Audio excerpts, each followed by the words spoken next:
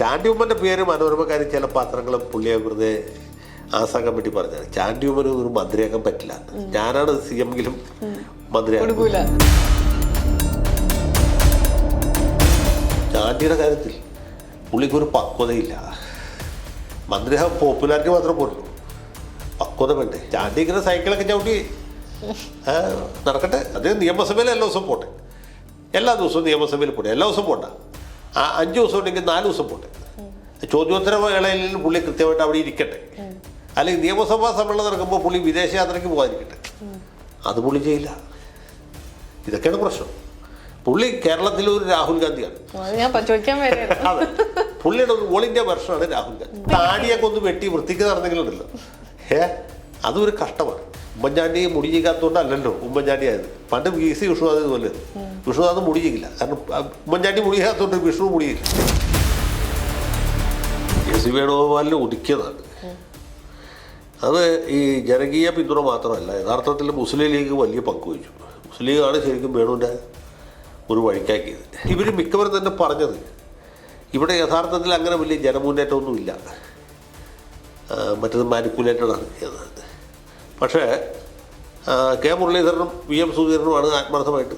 പിന്നെ എനിക്ക് കൂടെ ഒരു പക്ഷേ ആന്റണിയും പറഞ്ഞു സതീശന് വേണ്ടി. സതീശന് എനിക്ക് 993 വോട്ടൊക്കെ ഒരു ശരി കോൺഗ്രസ്സുകാരനാണ്. കോൺഗ്രസ്സുകാരെന്ന് പറയുമ്പോൾ അതിന് ചില ഗുണങ്ങളും ദോഷങ്ങളും ഉണ്ട്. BJPയുടെ വോട്ട് ഷെയർ വെച്ച് നോക്കുമ്പോൾ 14-15% വോട്ട് നിസ്സാരമായിട്ട് അവർക്കുണ്ട്. 15 അല്ലാതിലും കൂടുതലുണ്ട്. കാരണം വെച്ചാൽ പല മണ്ഡലങ്ങളിലും അവർ വലിയ ഫൈറ്റ് നടത്തിയില്ല. ഈ നിയമവും കണക്കൂട്ടം പിടിക്കുമ്പോൾ തന്നെ തൊട്ടടുത്ത 2 മണ്ഡലങ്ങളാണ് BJPക്ക് സ്വാധീനമുള്ള. ഒന്ന് തിരുവനന്തപുരം, മറ്റത് വട്ടിയൂർക്കാവ്. അവിടെ എന്തുകൊണ്ടാണ് കോൺസെൻട്രേറ്റ് ചെയ്തത്? 4 സ്ഥലത്ത് കൂടി കോൺസെൻട്രേറ്റ് ചെയ്യാനുള്ള മെഷറി BJPക്ക്. കുറെ കാലമായിട്ട് കേരളം വലതുപക്ഷ രാഷ്ട്രീയത്തിലേക്ക് തന്നെ പോകുമോ ഭാവിയിൽ, അതോ ഒരു സെൻട്രിസ്റ്റിക് പൊളിറ്റിക്സ് എന്ന രീതിയിൽ നിൽക്കുമോ? അല്ല, വലതുപക്ഷ രാഷ്ട്രീയ ശക്തിയിലുള്ള ഇപ്പോൾ വിജയം നേടിയത്. കോൺഗ്രസ് ഒരു സെൻട്രിസ്റ്റ് പാർട്ടി എന്നൊക്കെ പറയുമെങ്കിലും അതിൻ്റെ ആശയങ്ങളും എല്ലാം ഇന്ദിരാഗാന്ധിയുടെ കാലത്തിന് ശേഷം തന്നെ വല്ലാതെ വലതുപക്ഷവൽക്കരിക്കപ്പെട്ടു. അതിൻ്റെ വക്താക്കളാണ് നരസിംഹറാവു, പിന്നീട് മൻമോഹൻ സിംഗ്. അതിപ്പോഴും തുടരുകയാണ്. അവർ ഇടതുപക്ഷം എന്ന് പറഞ്ഞാൽ കോൺഗ്രസിനകത്തൊരു ഇടതുപക്ഷം ഉണ്ടായിരുന്നു പണ്ട്, ഇപ്പം അതില്ല. സെൻട്രിസ്റ്റ് എന്ന് പോലും പറയാൻ പറ്റില്ല. അതൊരു വലതുപക്ഷ പാർട്ടി തന്നെയാണ്. നമ്മൾ താത്വികമായിട്ടല്ലല്ലോ, പ്രായോഗികമായിട്ട് നോക്കുമ്പോൾ വലതുപക്ഷ പാർട്ടിയാണ്. പിന്നെ മുസ്ലിം ലീഗ് ഒരു സംശയമില്ല, കേരള കോൺഗ്രസ്, അതൊക്കെ വലതുപക്ഷ പ്രതിലോമ രാഷ്ട്രീയത്തെ പ്രതികരിക്കുന്ന പാർട്ടികളാണ്. പിന്നെ അവർ ഇടതുപക്ഷമായിട്ട് നമുക്ക് തോന്നുന്നു ഇടതുപക്ഷം അതിനേക്കാളും വലതുപക്ഷമായിട്ടാണ്. സോക്കോളിൻ്റെ ഇടതുപക്ഷം വലതിനേക്കാൾ വലതാണ്. അതുകൊണ്ടാണ് അങ്ങനെ ഒരു സെൻട്രിസ്റ്റിക് പൊളിറ്റിക്സിൽ ഇനി കേരളത്തിൽ സാധ്യത ഉണ്ടാകണമെങ്കിൽ ഈ CPM തന്നെ അതിൻ്റെ ഇടതുപക്ഷ മൂല്യം വീണ്ടെടുക്കണം. സാധാരണക്കാർക്ക്, ഇടത്തരക്കാർക്ക്, പാവപ്പെട്ടവർക്ക് എന്തെങ്കിലും സഹായകരമായ ഗുണകരമായ പരിപാടികൾ, നയപരിപാടികൾ നടപ്പാക്കി അത് ജനങ്ങളുടെ മുമ്പിൽ അവതരിപ്പിച്ച് അവരുടെ അംഗീകാരം നേടിയെടുത്ത് അധികാരത്തിൽ വരും. അധികാരത്തിൽ വന്നതിന് ശേഷം ആ രാഷ്ട്രീയം തന്നെ പിന്തുടരണം, അല്ലാതെ ഫലമില്ല. ഈ LDFന്റെ വോട്ട് ചോർന്ന സമയത്ത് ഇത് UDFനാണോ കൂടുതൽ ഗുണം ചെയ്തത്, അതോ BJPക്കാണോ? അത് പല സ്ഥലത്തും പല രീതിയിലാണ് പോയത്. മിക്കവാറും സ്ഥലങ്ങളിൽ ഇപ്പോൾ ഉദാഹരണത്തിന് UDFിലേക്കാണ് പോയത്. UDFിലേക്ക് പോയെന്ന് വെച്ചാൽ ആളുകൾ ഇവരെ തോൽപ്പിക്കാൻ വേണ്ടി UDFിൽ ഓടിയതാണ്. അത് ശരിയായ ശാശ്വതമായൊരു പോക്കല്ല.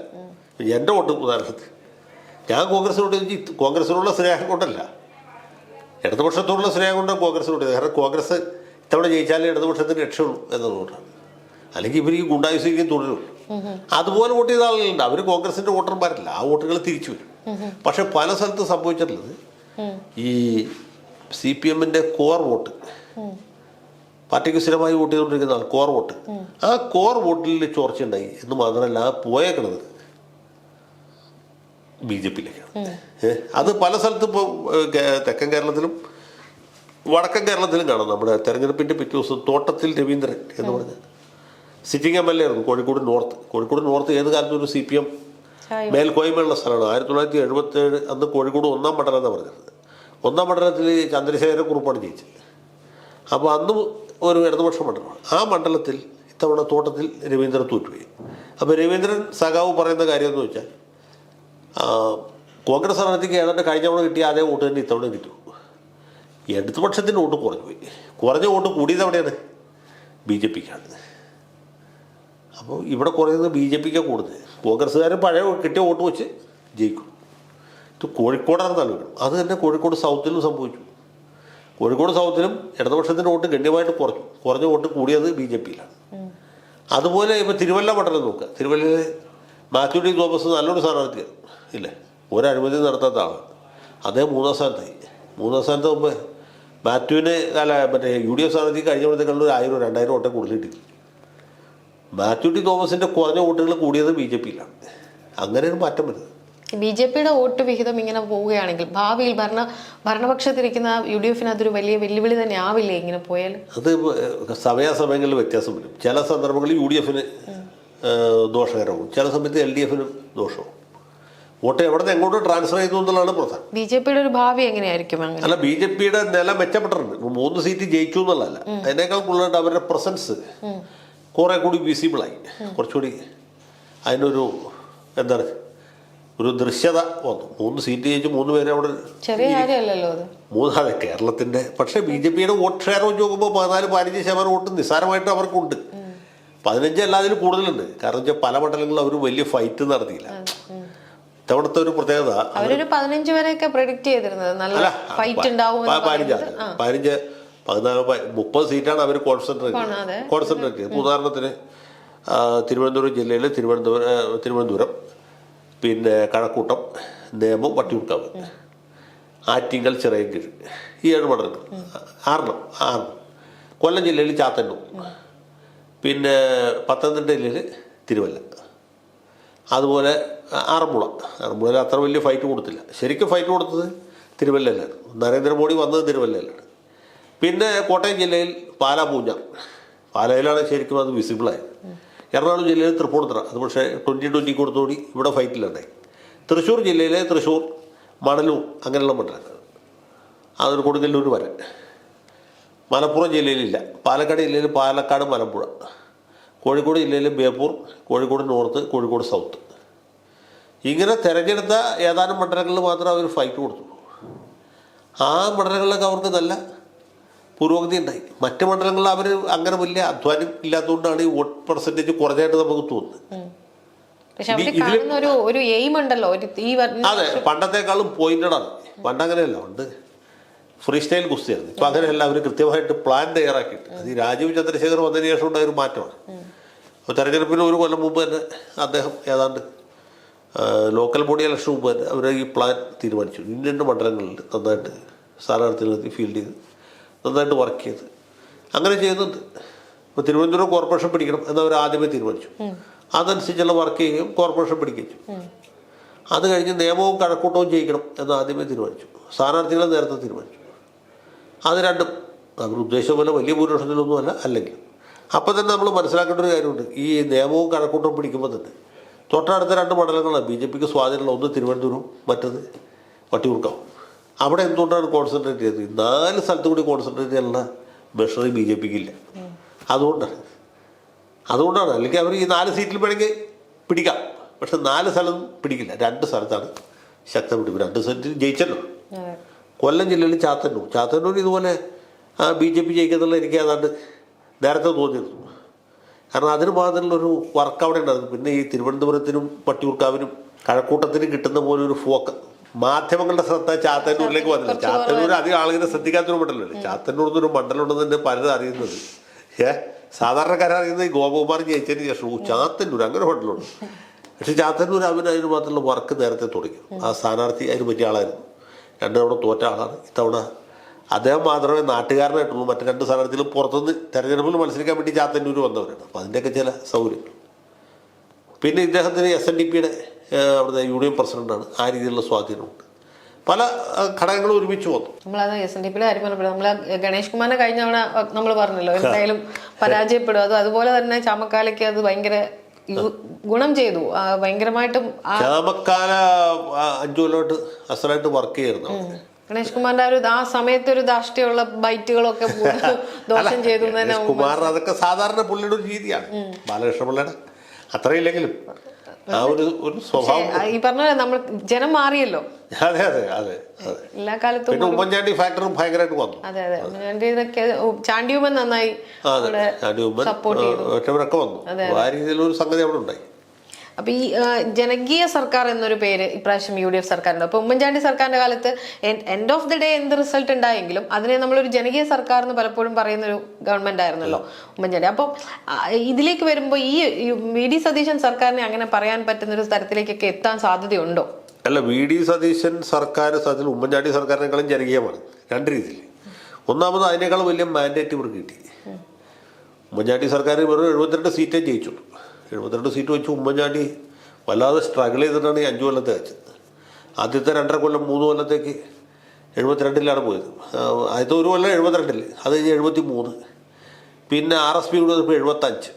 അങ്ങനെ കയ്യും കാലിട്ട് അടിച്ചാണ് 5 കൊല്ലത്തെ വെച്ചത്. അതിനിടയ്ക്ക് മാണിയുടെ പാർട്ടി, അതിൻ്റെ അകത്തുണ്ടാകുന്ന പിളർപ്പ്, PC ജോർജിനെ കൊണ്ടുള്ള പല പ്രശ്നങ്ങൾ, അങ്ങനെ ബുദ്ധിമുട്ടിയാണ് ഉമ്മൻചാണ്ടി 5 കൊല്ലത്തെ വെച്ചത്. ഉമ്മൻചാണ്ടി ആയതുകൊണ്ട് കൂടിയാണ് ജനസമ്പർക്ക പരിപാടി എന്ന് പറഞ്ഞത്. അതെ, അല്ല ഞാൻ പറഞ്ഞത് ഉമ്മൻചാണ്ടി അങ്ങനെ ബുദ്ധിമുട്ടിയാണ് 5 കൊല്ലത്തെ വെച്ചത്. പിന്നെ ഉമ്മൻചാണ്ടി വ്യക്തിപരമായിട്ട് നടത്തിയ പരിപാടികളാണ് ജനസമ്പർക്ക പരിപാടി. അതിലൊക്കെ കുറേ ആളുകളൊക്കെ കുറേ പേർക്ക് ഗുണം ചെയ്യാൻ പറ്റി. പിന്നെ ജനങ്ങളുടെ ഇടയിൽ ഒരു ഇമാജിനേഷൻ പിടിച്ചെടുക്കാൻ പറ്റി. അപ്പോഴത്തേക്കും ഈ മറ്റേ സോളാറിന്റെ കേസ് വന്നു. അതാണ് അത് കഴിഞ്ഞപ്പോഴേക്കും ബാർക്കോഴ കേസ് വന്നു. പിന്നെ VM സുധീരൻ KPCC പ്രസിഡന്റ് എന്നുള്ളതിലേക്ക് നടത്തിയ ചില നടപടികളും വിവാദങ്ങളും അപവാദങ്ങളും ഒക്കെ എല്ലാം കൂടി ചേർത്തിട്ടാണ് മന്ത്രിസഭയുടെ പ്രതിച്ഛായ പൂർണ്ണമായിട്ട് ഇല്ലാണ്ടായത്. അങ്ങനെയാണ് പരാജയത്തിലേക്ക് പോയി. ഞാൻ പറഞ്ഞത് അത് റിസൾട്ടാണ്. പക്ഷേ അതിനേക്കാളും ജനകീയനായ മുഖ്യമന്ത്രിയാണ് VD സതീശൻ. കാരണം സതീശനെ മുഖ്യമന്ത്രിയാക്കിയത് ജനങ്ങളാണ്, പാർട്ടിയല്ല. പാർട്ടിയിൽ ഭൂരിപക്ഷം MLA-മാരും KC വേണുഗോപാലിനെ സപ്പോർട്ട് ചെയ്യുന്നവരായിരുന്നു. എന്നിട്ടും സതീശൻ ഈ നിലയിലേക്ക് വന്നത് ജനങ്ങളുടെ ഭാഗത്ത് അദ്ദേഹത്തിന് അത്രയും പിന്തുണയുണ്ടെന്ന് ഹൈക്കമാൻഡ് ബോധ്യപ്പെട്ടു എന്നുള്ളതുകൊണ്ട്. അപ്പോൾ ജനകീയനായ മുഖ്യമന്ത്രി സതീശൻ ജനകീയനാണ്, ജനങ്ങളുടെ പിന്തുണയുണ്ട്. അത് നിലനിർത്തണം. ആനപ്പുറത്ത് കയറലല്ല, ആനപ്പുറത്ത് ഇറങ്ങലുമാണ് ബുദ്ധിമുട്ടുള്ള വരും. ഇപ്പം ആനപ്പുറത്താണ് സതീശൻ ഇരിക്കുന്നത്. ആന എങ്ങനെ നിയന്ത്രിക്കും എന്നുള്ള ചോദ്യമുണ്ട്. മാത്രമല്ല മന്ത്രിമാരിൽ അധികം പേരും പുള്ളിയുടെ വിരുദ്ധ ഗ്രൂപ്പുകാരാണ്. പക്ഷേ ഒരിക്കൽ മന്ത്രിയായി കഴിഞ്ഞാൽ പിന്നെ അവരങ്ങനെ വലിയ വിരുദ്ധത കാണിക്കുമെന്ന് എനിക്ക് തോന്നുന്നില്ല. KC വേണുഗോപാൽ ഡൽഹി, അതെ അതാ പറഞ്ഞത്. KC വേണുഗോപാൽ ഇപ്പോൾ കിട്ടിയ അത്ര മന്ത്രിസ്ഥാനങ്ങൾ കൊണ്ട് തൃപ്തിപ്പെടുകയും പിന്നെ മന്ത്രിമാര് സതീശന് വിധേയരായി പ്രവർത്തിക്കുകയും ചെയ്യണമെങ്കിൽ കുഴപ്പമില്ല. നേരെ വെച്ചാൽ കരുണാകരൻ ആന്റണിക്കെതിരെ പണിഞ്ഞ പോലെ നിരന്തരമായ ടാങ്ക് പ്രവർത്തനമാണെങ്കിൽ ബുദ്ധിമുട്ടാവും. ഒതുങ്ങിയതാണോ ശരിക്കും KC വേണുഗോപാലിനെ ഒതുക്കിയതാണ്. അത് ഈ ജനകീയ പിന്തുണ മാത്രമല്ല, യഥാർത്ഥത്തിൽ മുസ്ലിം ലീഗ് വലിയ പങ്ക് വഹിച്ചു. മുസ്ലിം ലീഗാണ് ശരിക്കും വേണുവിൻ്റെ ഒരു വഴിക്കാക്കിയത്. മുസ്ലിം ലീഗും മറ്റ് ഘടകകക്ഷികളൊക്കെ സതീശനെയാണ് പിന്തുണച്ചത്. ആര് മുഖ്യമന്ത്രിയായാലും വിരോധമില്ല, പക്ഷേ സതീശൻ മുഖ്യമന്ത്രിയാണെന്നാണ് നല്ലത് എന്ന അഭിപ്രായപ്പെട്ടു. അത് കഴിഞ്ഞ് MLA-മാർ വേണുവിൻ്റെ പേര് പറഞ്ഞു. പിന്നെ ഈ നേതാക്കന്മാരെ ഡൽഹിക്ക് വിളിപ്പിച്ചിട്ടു. തിരുവഞ്ചൂർ രാധാകൃഷ്ണൻ, സണ്ണി ജോസഫ്, പിന്നെ working പ്രസിഡന്റുമാരായിട്ടുള്ള PC Vishnudas, Shafi Parambil, Anilkumar, M Vasan, ഇത്രയും പേരെ വിളിപ്പിച്ചു. മുല്ലപ്പള്ളി വിളിച്ചു പോയില്ല, പുള്ളി ഇവിടുന്ന് അഭിപ്രായം അറിയിച്ചു. പക്ഷെ ഇവർ മിക്കവരും തന്നെ പറഞ്ഞത് ഇവിടെ യഥാർത്ഥത്തിൽ അങ്ങനെ വലിയ ജനമുന്നേറ്റമൊന്നുമില്ല, മറ്റത് മാനിപ്പുലേറ്റഡാണ് എന്നത്. പക്ഷേ മുരളീധരനും VM സുധീരനുമാണ് ആത്മാർത്ഥമായിട്ട്, പിന്നെ എനിക്ക് കൂടെ ഒരുപക്ഷെ ആന്റണിയും പറഞ്ഞു സതീശന് വേണ്ടി. ഇതൊക്കെ ആണെങ്കിലും സത്യത്തിൽ ഈ മുസ്ലിം ലീഗിൻ്റെ ശക്തമായ നിലപാടാണ് ഈ ബാലൻസ് ടിൽറ്റ് ചെയ്തത്. കാരണം എന്ന് വെച്ചാൽ ഈ നേതാക്കന്മാരെ വിളിപ്പിച്ചതിൻ്റെ പിറ്റേ ദിവസം പാണക്കാട് ലീഗിൻ്റെ ഉന്നതാധികാര കമ്മിറ്റി കൂടി 10-15 മിനിറ്റ് മീറ്റിംഗ് നീണ്ടു. അവിടെ വെച്ചൊരു തീരുമാനം എടുക്കുകയും തീരുമാനം പുറത്ത് പറയാനായിട്ട് തങ്ങളെ ചുമതലപ്പെടുത്തിച്ചു. ആ തീരുമാനം ഇന്ന ദിവസം വരെ അവർ പറഞ്ഞിട്ടില്ല. എന്തായിരുന്നു? ഒരു കമ്മിറ്റി കൂടുകയും തീരുമാനം എടുക്കുകയും തീരുമാനം പുറത്ത് പറയാൻ തങ്ങളെ ഏൽപ്പിക്കുകയും ചെയ്തല്ലോ. അപ്പോൾ ഒരു തീരുമാനം അവിടെ ഉണ്ട്, ആർക്കും ഇല്ലാന്ന് പറയാൻ പറ്റില്ല. ആ തീരുമാനം എന്തായിരുന്നു? VD സതീശനെ അല്ല വേറെ ആരെങ്കിലും മുഖ്യമന്ത്രിയാക്കുന്നത് ഞങ്ങൾ മന്ത്രിസഭയിൽ ചേരില്ല എന്നായിരിക്കാം ഒരുപക്ഷെ. അല്ലെങ്കിൽ MLA-മാരല്ലാത്ത ആളുകളെ മുഖ്യമന്ത്രി സ്ഥാനത്തേക്ക് കൊണ്ടുവന്നാൽ ഞങ്ങൾക്ക് അംഗീകരിക്കാൻ പറ്റില്ല എന്നായിരിക്കാം വേറൊന്നും. ഇനി ഉപതെരഞ്ഞെടുപ്പ് നടത്തിയാണ് പുതിയ മുഖ്യമന്ത്രി അധികാരത്തിൽ വരാൻ ഉദ്ദേശിക്കുന്നതെങ്കിൽ ഉപതെരഞ്ഞെടുപ്പ് കഴിഞ്ഞിട്ട് ഞങ്ങൾ മന്ത്രിസഭയിൽ ചേരാമെന്നായിരിക്കാം. ഏതായാലും അവിടെ വളരെ ശക്തമായൊരു തീരുമാനം ഉണ്ടായി. ആ തീരുമാനം നാട്ടുകാരായ നമ്മൾ അറിഞ്ഞില്ലെങ്കിലും അത് എത്തേണ്ട സമയത്ത് കൃത്യമായിട്ട് അവരെത്തിച്ചു. അതിലാണ് ഇവർ കീഴടങ്ങിയത്. കാരണം പ്രിയങ്ക ഗാന്ധിക്ക് ഇനി വയനാട്ടിൽ മത്സരിക്കണമെങ്കിൽ ലീഗിൻ്റെ പിന്തുണ. ഈവൻ വേണുഗോപാലിന് തന്നെ ഇരിക്കൂറിൽ മത്സരിച്ച് ജയിക്കണമെങ്കിലും ലീഗിൻ്റെ വോട്ട് കിട്ടാതെ പറ്റില്ല. ലീഗ് ശക്തമായ നിലപാടെടുക്കുന്നു. ഒന്നുകിൽ സതീശൻ, അറ്റേക്ക് ചെന്നിത്തലയാകാനും അവർ എതിർപ്പ് പറയുമായിരുന്നില്ല എന്നാണ് എനിക്ക് തോന്നുന്നത്. പക്ഷേ ലീഗിൻ്റെ ഈ നിലപാടിലാണ് വേണുഗോപാൽ മുട്ടുകുത്തി. അപ്പോഴാണ് പിന്നെ പ്രിയങ്ക ഗാന്ധി ഇടപെടുന്നു, സോണിയാഗാന്ധി ഇടപെടുന്നു, രാഹുൽ ഗാന്ധി നിവൃത്തിയില്ലാതെ വേണുഗോപാലിനെ വിളിച്ച് 2 മണിക്കൂർ സംസാരിക്കും. വേണുഗോപാലിന് മാറി നിൽക്കണമെന്ന് പറയാനാണെങ്കിൽ 2 മണിക്കൂറിൻ്റെ ആവശ്യമില്ലല്ലോ. കെ സി വേണുഗോപാലിനെ സംബന്ധിച്ച് ഇപ്പം കർണാടക രാഷ്ട്രീയത്തിലൊക്കെ വളരെ കൃത്യമായൊരു സമവായം കൊണ്ടുവരുന്നു. അപ്പോൾ ഇനി എന്തായിരിക്കും കേരളത്തിൽ അദ്ദേഹത്തിന് ഒരു സ്ട്രാറ്റജി ഉണ്ടാവാൻ സാധ്യത ഉണ്ടാവുക? അത് അദ്ദേഹത്തിന് തന്നെ അറിയുള്ളൂ. അദ്ദേഹം ഈ ജനവിധി അംഗീകരിച്ച് പാർട്ടിയുടെ തീരുമാനം അംഗീകരിച്ച് മുന്നോട്ട് പോവുകയാണെങ്കിൽ കുഴപ്പമില്ല. നേരെ മറിച്ച് പുള്ളി ഡൽഹിയിൽ ഇരുന്നുകൊണ്ട് കേരളത്തിൽ വല്ല കൂത്തുതിരിപ്പുണ്ടാക്കാൻ ശ്രമിച്ചാൽ ബുദ്ധിമുട്ടും. പുള്ളിക്ക് ബുദ്ധിമുട്ടാവും, പാർട്ടിക്ക് ബുദ്ധിമുട്ടാവും, നമുക്ക് ബുദ്ധിമുട്ടാവും. പരിഹരിക്കപ്പെട്ടു എന്ന് നമുക്ക് പറയാൻ പറ്റുന്നില്ല അല്ലേ? പരിഹരിക്കപ്പെട്ടു എന്ന് പറയാൻ പറ്റില്ല. ചിലപ്പോൾ അതിന് മാത്രം സമയമായിട്ടില്ല. പക്ഷേ വേണുഗോപാലിൻ്റെ ഇടപെടൽ വളരെ ശക്തമായിരുന്നു. അതുകൊണ്ട് AP അനിൽകുമാറിന് റവന്യൂ വകുപ്പ് കിട്ടിയത്. സണ്ണി ജോസഫ് ഏതാണ്ട് ഉറപ്പിച്ചിരിക്കുകയായിരുന്നു. പക്ഷേ അനിൽകുമാറിന് റവന്യൂ വകുപ്പ് കിട്ടിയത് നല്ല കാര്യമാണ് ഞാൻ പറയാം. കാരണം കേരള സംസ്ഥാനം രൂപീകൃതമായതിനു ശേഷം ആദ്യമായിട്ടാണ് പട്ടിക വിഭാഗത്തിൽപ്പെട്ട ഒരാൾക്ക് റവന്യൂ വകുപ്പ് കിട്ടും. അതിന് നമ്മൾ വലിയ സിദ്ധാന്തമൊക്കെ പറയും, പ്രബുദ്ധതയെ പറ്റിയും നവോത്ഥാനത്തെ പറ്റിയൊക്കെ പറയും. പക്ഷേ കാര്യത്തോടെ നിൽക്കുമ്പോൾ പട്ടികജാതിക്കാർക്ക് ഈ പട്ടികജാതി ക്ഷേമ വകുപ്പ്, പിന്നെ അതിൻ്റെ കൂടെ ചെറിയ ചില എല്ലും മുട്ടികൾ മാത്രമേ കിട്ടുള്ളൂ. ദേവസ്വം വകുപ്പ്, ഈ ദേവസ്വം വകുപ്പ് കിട്ടിയിട്ട് ഒരു കാര്യമില്ല, അതിലൊന്നും ഭരിക്കാനൊന്നുമില്ല. അല്ലെങ്കിൽ AK ബാലന് വൈദ്യുതി വകുപ്പുണ്ട്. അനിൽകുമാർ പണ്ടൊരിക്കൽ മന്ത്രിക്കുമ്പോൾ സാംസ്കാരിക വകുപ്പ് ഉണ്ടായിരുന്നു. സാംസ്കാരിക വലിയ വകുപ്പാണല്ലോ. അപ്പോൾ ഒരിക്കലും ഈ പ്രധാനപ്പെട്ട വകുപ്പുകൾ, അതായത് ധനകാര്യം, റവന്യൂ, അല്ലെങ്കിൽ ആരോഗ്യം, വിദ്യാഭ്യാസം, ആഭ്യന്തരം, ഇങ്ങനെയുള്ള ഒരു വകുപ്പ് ഇതുവരെ കൊടുത്തിട്ടില്ല. റവന്യൂ വളരെ പ്രധാനപ്പെട്ട വകുപ്പാണ്. ഗൗരിയമ്മ, പിന്നീട് PT ചാക്കോ, അത് കഴിഞ്ഞ് ബേബി ജോൺ,